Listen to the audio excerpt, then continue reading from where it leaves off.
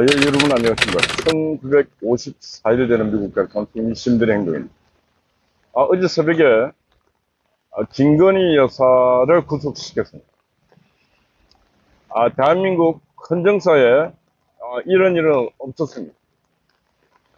김건희 여사가 뭐 잘못한 일이 많이 있다 할지라도 사전 구속시켜서는 안 된다, 저는 그렇게 생각합니다. 왜 그러냐? 남편인 전직 대통령이 지금 감옥에 구속되어 있습니다. 근데 그 부인마저도 이렇게 증거인멸 우려가 있다고 구속시키는 것은 극도로 잔인한 일이다. 극도로 잔인한 일이다. 이런 일을 우리가 국민들에게 지켜보라고, 또 많은 국민들이 이런 일 하라고 대통령 뽑아준 게 아닙니다. 김건희 여사 보기 싫은 사람 많고 미워하는 사람 많고 그렇습니다. 그럼에도 불구하고 이미 도이치모터스 사건이라든가 뭐 뇌물 사건, 그다음 기타 여러 가지 사건들 수사를 하고 조사를 하고 있습니다. 대한민국 수사기관들이 바보가 아닙니다. 이재명 정부의 공권력 공안 수사기관들은 아주 강력한 막강한 힘을 갖고 있습니다. 하고 싶은 일 다 할 수 있습니다. 무슨 일이든 할 수 있습니다. 그런 막강한 힘을 갖고 김건희 여사에 대해서 증거인멸 우려가 있으니까 구속시켜 달라고 법정에 구속 신청을 하고 판사는 구속영장을 발부해서 감옥을 가두는 이 행위는 극도의 야만적이고 극도의 잔인한 행위다. 저는 그렇게 말하지 않을 수가 없어요. 김건희 여사를 옹호해서 그런 게 아닙니다. 나중에 이재명 대통령도 임기를 마치고 똑같은 일을 당할 때 이재명 대통령의 부인 김혜경 여사에 대해서도 구속에 문제가 생겼을 때는, 만약에 이재명 대통령이 구속되어 있으면 그 부인만은 구속을 시키지 말아야 됩니다. 그런데 이 이재명 정부는 윤석열 대통령의 부인 김건희 여사를 구속을 시켰습니다. 속은 시원할 거예요. 조국이나 최강욱이가 보면 속은 시원할 거예요. 그러나 전 세계인이 바라볼 때는 이 대한민국이라는 나라가 상당히 정치적으로 야만하고, 이 야만성이 가면 갈수록 더욱더 높아져 가고 있다. 전 세계인들은 기뻐하지 않습니다. 전 세계인들은 이런 일로 갖고 재판도 안 받았는데 구속시키나. 전 세계 정치권은 이렇게 바라보고 있습니다.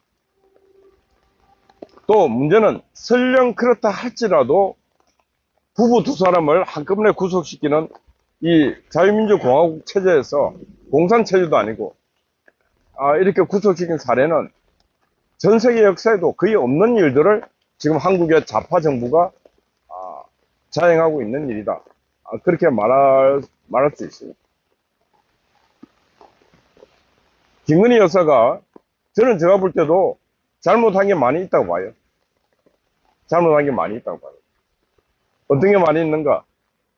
실제로 보면은 대통령 부인이 되기 전과 대통령 부인이 되고 난 후에 처세 문제에 있어 그때 윤석열 정부도 너무 대통령이 되겠다는 준비도 안 된 상태에서 대통령이 되고 난 뒤 부인에 대한 관리, 그거는 제2 부속실을 만들어서 철저하게 관리하고 했어야 함에도 불구하고 제2 부속실도 없습니다.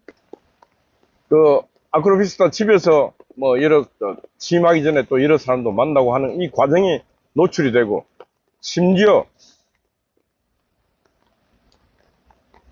종북주의자 최영계 목사가 목사가 가서 디올백 300만 원짜리 주면서 그 영상을 찍어서 한나라에 그래도 영부인을 희화시키고 조롱하는 그런 일까지 일어나게끔 만들고, 그래 만들었으면 그 다음 철저하게 부인을 관리했어야 되는데 그런 제도적 관리가 안 됐어요. 어떻게 보면은 부인의 책임도 크지만은 남편의 책임, 윤석열 대통령의 책임과 윤석열 정부에 일했던 공직자들의 이 의식, 제도적 의식이 부족했다. 이렇게 말하지 않을 수가 없다.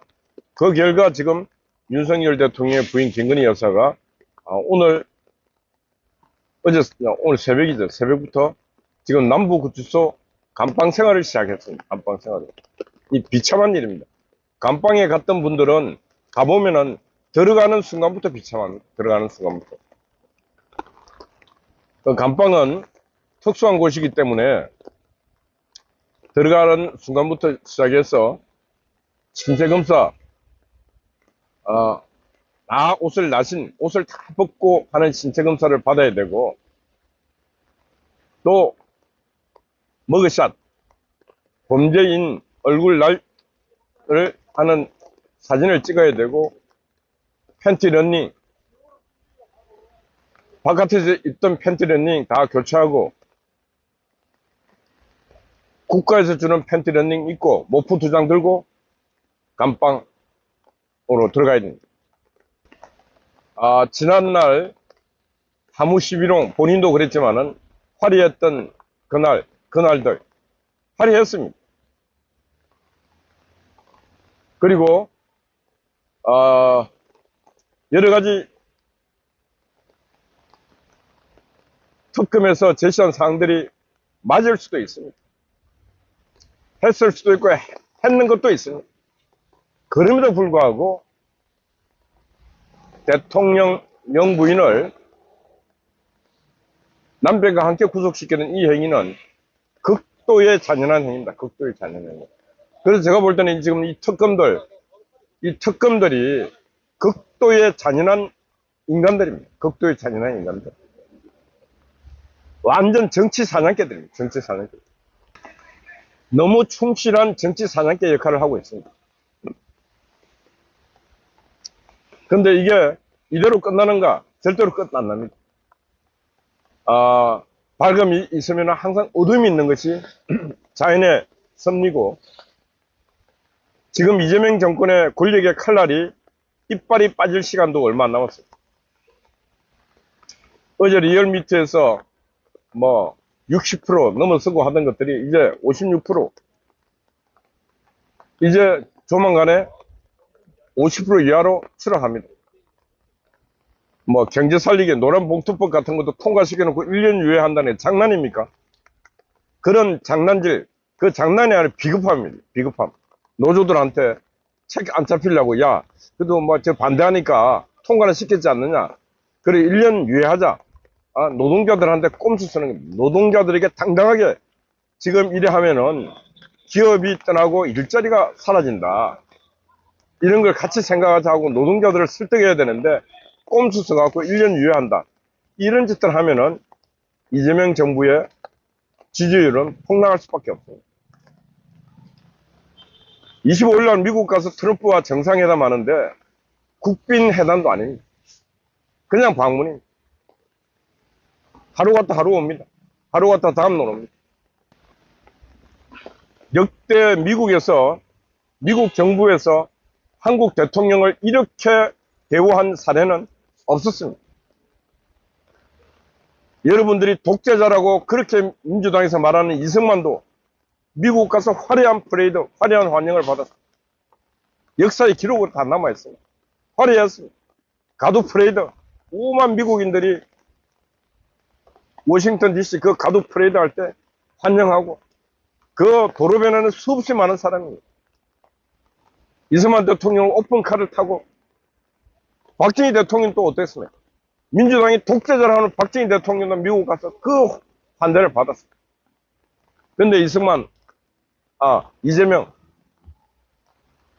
미국 가서 하루에 관세 협정과 투자 협정 다 해놓고는 그 고마운 일을 해주고도 다음날 와야 됩니다. 트럼프가 야 이거 정리하고 가. 그 수준밖에 안 되는 대우를 받고 있다. 이게 지금 국격이 추락하는 모습이요. 한국의 대통령이 정상적 등극을 하지 않았기 때문에 전 세계 정치인들은 이재명 정부를 정상 정부라고 보지 않습니다. 그래서 지금 우려하는 게 민주당의 원로들은 어제 정청래와 만나갖고 뭐라겠습니까? 과유불급. 당헌만 바라보고 정치를 하지 말라. 대통령이 국민 통합을 생각할 때 같이 생각을 하라. 이런 조언을 줬는데 정청래가 그런 말을, 어른들 말을 들을 수 있는 그런 인간이 아니지 않습니까? 어른들 할배들 보고 너희는 씨부르라 우리는 우리 길 간다 이런 인간들입니다.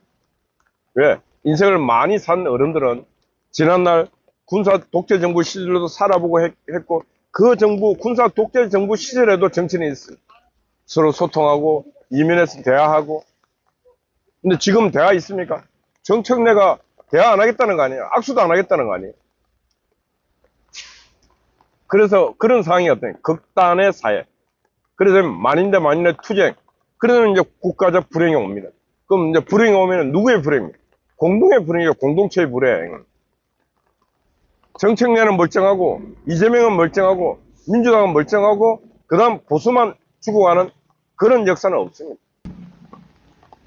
그래서 저는 늘 지금 바라보고 있는 게 극단으로 치닫고 있는 이 정치를 바라볼 때 불행의 그 파도가 계속 높아지고 있다는 거예요. 불행의 파도가 계속 높아지고 있다. 대한민국에서. 야만 지수도 높아지지만 야만 지수가 높아진과 동시에 극단의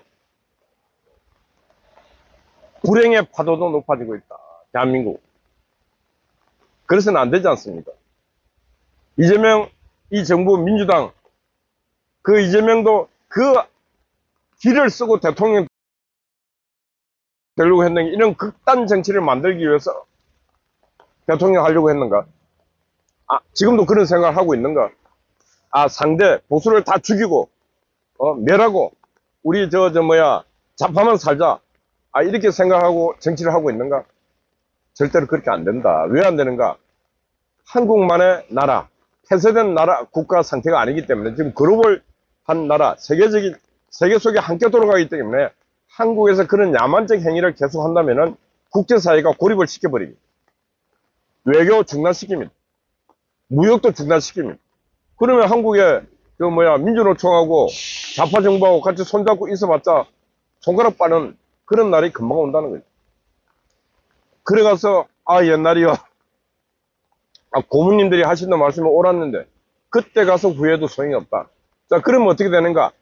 배가 굶주리게 된 이제 시민들이 그때 민중이 일어나서 그 민중이 바로 권력을 잡았던 자, 권력 행사를 잘못했던 자들의 목을 칩니다. 이건 역사의 어떤 순리고 섭리 기본 아니에요? 그런 게 눈에 보여. 그런 게 눈에 보이는 정치를 해야 되는데 지금 민주당 정치는 눈 가리고 귀 가리고 귀 막고 막 입만 열어갖고 막 무작하게 하고 있습니다. 권력 행사를 무작하게 하고 있는 무작하게. 그래서 저는 또 말합니다. 이재명 정부 끝장내라 망하라 그런 소리 안 합니다. 이왕 권력 잡았으면 잘해봐라. 좌파를 넘어서 우파까지도 공감시키고 인식시키는 정치를 잘해봐라. 그게 정치다. 그게 정치력이고. 그런데 계속 좌파만의 정치, 조국을 위한 정치, 최강욱을 위한 정치, 윤미향 같은 이런 진짜 반사회적 인간들, 반국가적 인간들, 이런 인간들을 대상으로 정치한다면 이 사회는 망할 수밖에 없다. 그런 말씀 드립니다. 그래서 오늘 제목은 불행의 파도가 높아지고 있다. 불행의 파도. 눈에 보입니다. 불행의 파도. 그 불행은 이재명의, 정청래의, 조국, 윤미향, 최강욱의 불행인가 동시에 대한민국 전 국민의 불행의 파도가 높아진다. 그 불행의 파도는 한쪽만 보고 덮치는 게 아니라 함께 덮여버립니다. 명심은 안 하더라도 생각하는 그런 인간들이 되었으면 하는 바람입니다. 어제 낮부터 우리 한가키님이 밤을 새우고 또 수고했습니다. 우리 송아지 언제나 변함없이 수고하고 있습니다. 우리 미경님, 아군 스파이 파워 통크 여러분들 파이팅입니다. 감사합니다.